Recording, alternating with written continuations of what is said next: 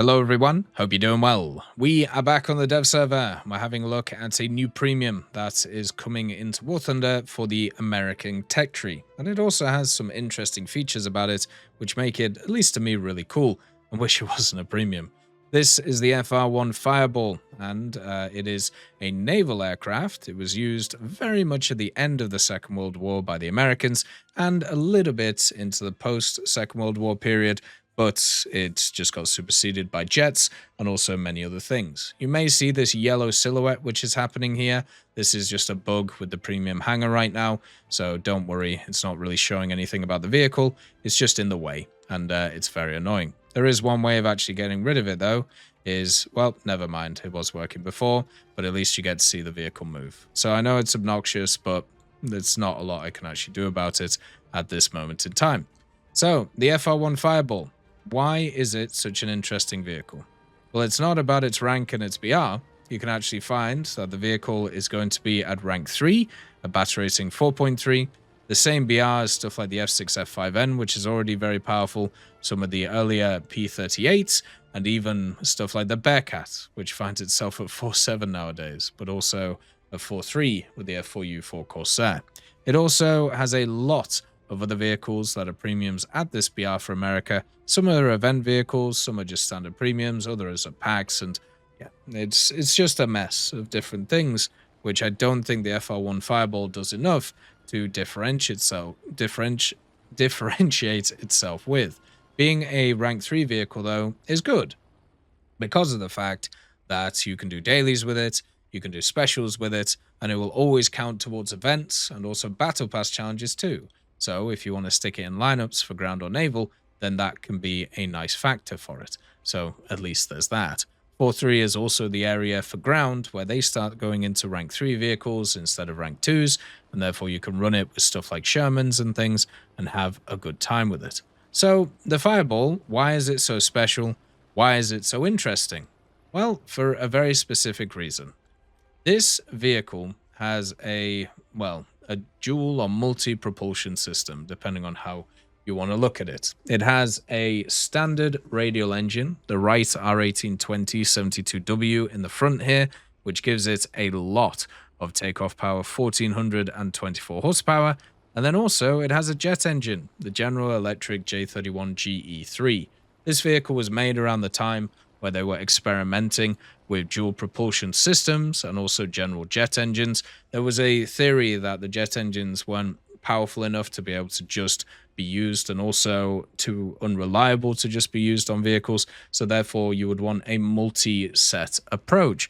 But as stuff became more reliable with jet engines, and also it was just seen as they were better, the age of the propeller kind of died out, which was very sad.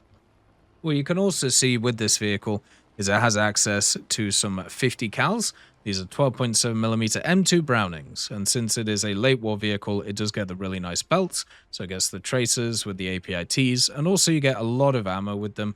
1200 rounds is nothing to sniff at, but even though you only have 4 of these guns, which can be a bit annoying, at least you'll be able to fire for a long time. Comparing this to like other vehicles around the BR, like the P47, which has 850 cals though, with 3400 rounds, you can see that it is quite a large downgrade from a vehicle like that. But the thing is, the FR-1 is a naval vehicle. It's not going to have as much firepower as a army vehicle at the time, or a land-based vehicle, I should probably say.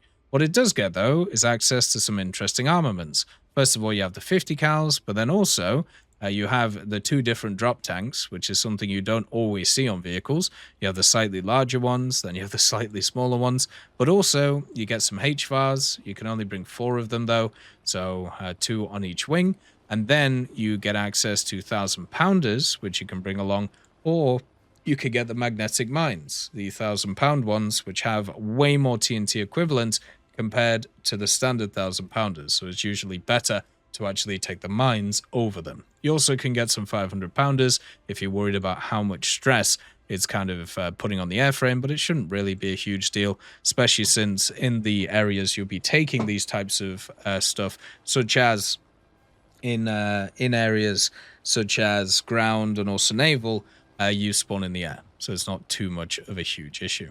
So the vehicle itself, these are its modifications. It's a premium, so you get access to them for free once you buy the vehicle. And generally, I would say when it comes to this one, is it going to be worth it? Probably not, which is really sad.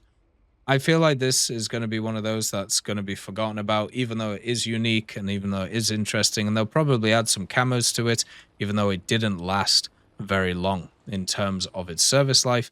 It was one of those vehicles, which, by the way, you can take as low as 7 minutes of fuel, which is quite nice, and then also 24 minutes. But it just kind of sucks that this vehicle is one which has come out as a premium. This one would have been a great standard tech tree vehicle where you could kind of fly it around, you could just kind of have a bit of fun with it, and it would have been a good time. Also, with the larger drop tanks, you can actually bring along 27 minutes worth of fuel, which is just wild in terms of it. One of the cool stories about this vehicle is what pilots used to do, and I can't really demonstrate it without screwing with full real engine controls right now. But what a lot of pilots would do is they would pull alongside other aircraft which existed in the American forces, and they would actually end up just turning off their propeller in the front, so it looked like their plane was flying without a propeller. And that's because people weren't used to the fact that this thing has a jet engine in the back of it.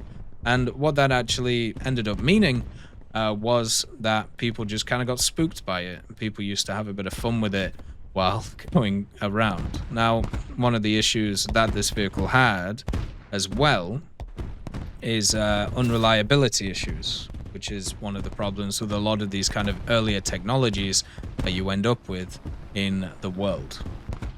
But without the drop tanks and also with a low amount of fuel, which is probably how you should be using this thing, the vehicle is decently maneuverable.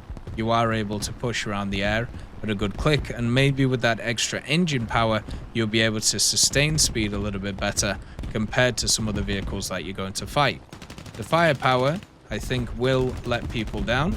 The cockpit itself is really cool though, in terms of it being fully modeled and ready to go. For me, I think that's one of the most important things in terms of it, even if this area needs a little bit of work in terms of how it goes. But for me, it's just a really cool vehicle. It's just one that has just been added, in my opinion, in the wrong way. We've had so many of these types of vehicles be, unfortunately, in the premium section. The Wyvern is a similar vehicle like this in terms of it just being unique. The BI as well, being the event vehicle. And it would have been nice to have more of these types of things as a standard tech tree one, where I think this thing would actually get more play compared to having to compete with a lot better premiums at the area. And unfortunately, apart from the straight line speed in this thing, and also its ability to turn okay and maintain energy during that turn, I don't know if people are going to enjoy this as much as maybe they could have if they actually ground it out properly. It's just kind of sad. And hopefully in the future, we can get more editions like this, which are part of a piece of history that people usually forget about. The end of the Second World War and the introduction of the jet age. We have some in-game already. The Bearcats, the Tiger Cats, and now the Fireball also comes along with it. And hopefully we can see a few more of them. As always, I hope you have a wonderful day. I'll see you next time.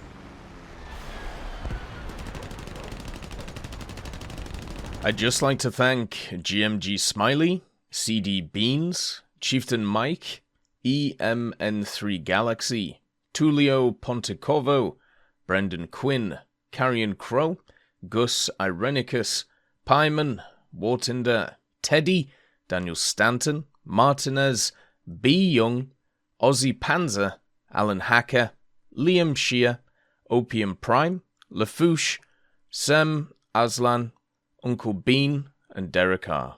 for supporting the channel.